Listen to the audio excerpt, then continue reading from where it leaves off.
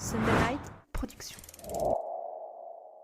Aujourd'hui, on te parle de l'automassage et de ses bienfaits dans le processus de récupération. C'est parti.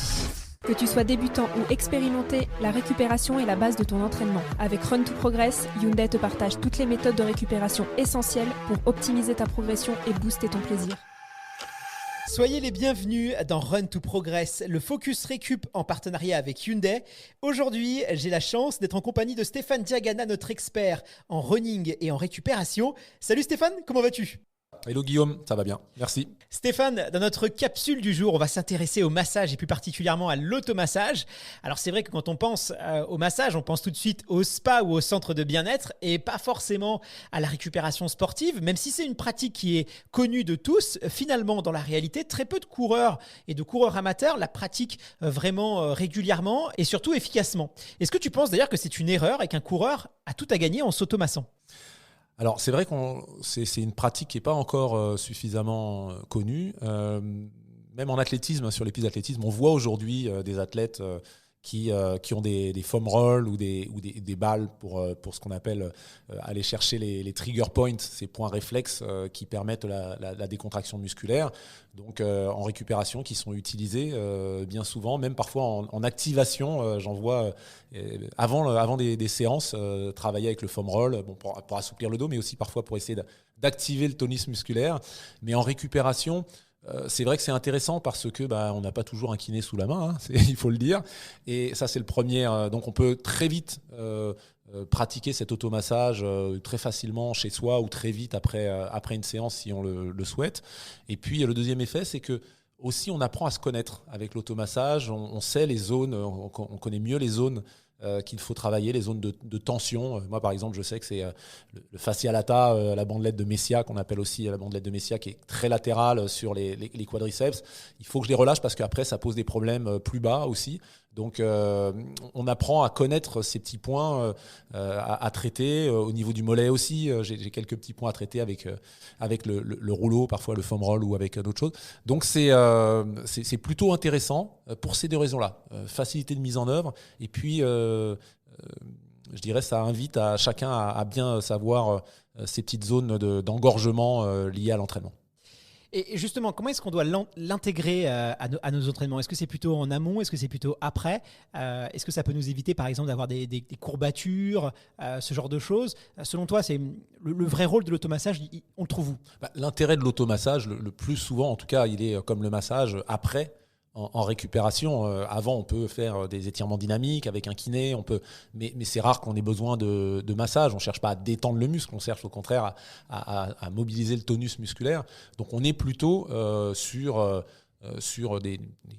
un usage en récupération. Après, ceci étant, avant une compétition, on peut avoir des petits points de tension et locaux qui, eux, ne sont pas très propices à la performance. Et on peut choisir sur un fessier qui est un petit peu douloureux, sur une sciatalgie qui s'installe, travailler en automassage, par exemple, sur le muscle pyramidal, qui est un muscle fessier profond sous le fessier moyen. Et il y a le nerf sciatique qui passe à proximité. Et bien souvent, la surcharge d'entraînement va amener une contraction un peu chronique de ce muscle et derrière une irritation, une sciatalgie. Ça vient pas du dos, il y a des sciatiques qui viennent vraiment du dos au niveau lombaire, mais là c'est juste musculaire et donc on peut choisir d'avoir une balle très dense, il faut pas une balle de tennis, il faut quelque chose de plus dense, ce sont des balles en mousse assez denses sur laquelle on va s'asseoir. Moi ça peut m'arriver aussi quand je conduis parce que la position de conduite peut générer ces problèmes-là, de coincer juste sous l'extérieur de la fesse une balle dure comme ça pour éviter la contraction de ce muscle-là un peu trop forte qui génère un peu des douleurs.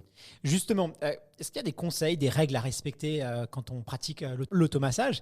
L'idée, c'est pas de faire n'importe quoi et de se blesser. Et quels sont, selon toi, les muscles, les parties du corps sur lesquelles il faut le plus se concentrer pour améliorer notre récupération ? Alors, comme je le disais, les zones à cibler, elles sont très personnelles parce qu'on a tous une biomécanique différente qui pose des contraintes musculaires différentes. Et donc, voilà, les zones sont très, très individuelles. L'entraînement et le type d'entraînement aussi va provoquer, je dirais, des zones de surcharge un petit peu. Quand je passe CDI, le pyramidal dont je parlais, il est très sollicité et ça pose des problèmes. Mais en course à pied de manière générale, c'est un muscle qui pose problème.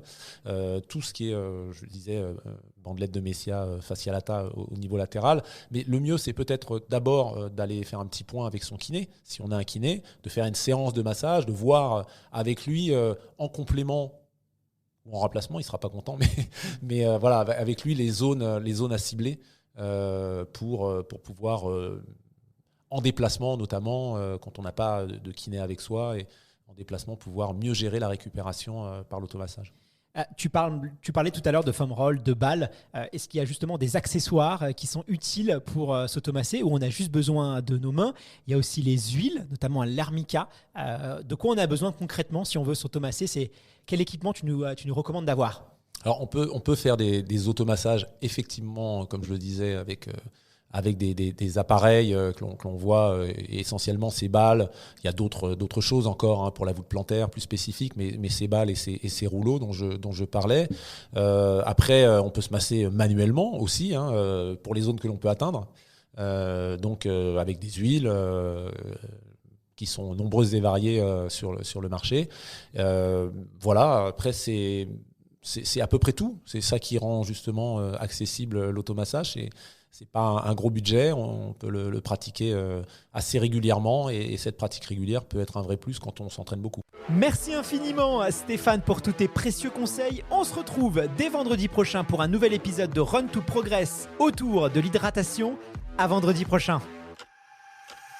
Vous venez d'écouter Run to Progress, le programme qui vous permet d'enrichir vos connaissances et de faire le plein d'énergie en moins de 15 minutes. 15 minutes, c'est aussi le temps de charge nécessaire pour bénéficier d'une autonomie de 351 km avec le nouveau Ioniq 6, le SUV 100% électrique de Hyundai. Pour en savoir plus, rendez-vous sur hyundai.fr. À bientôt. Pour les trajets courts, privilégiez la marche ou le vélo.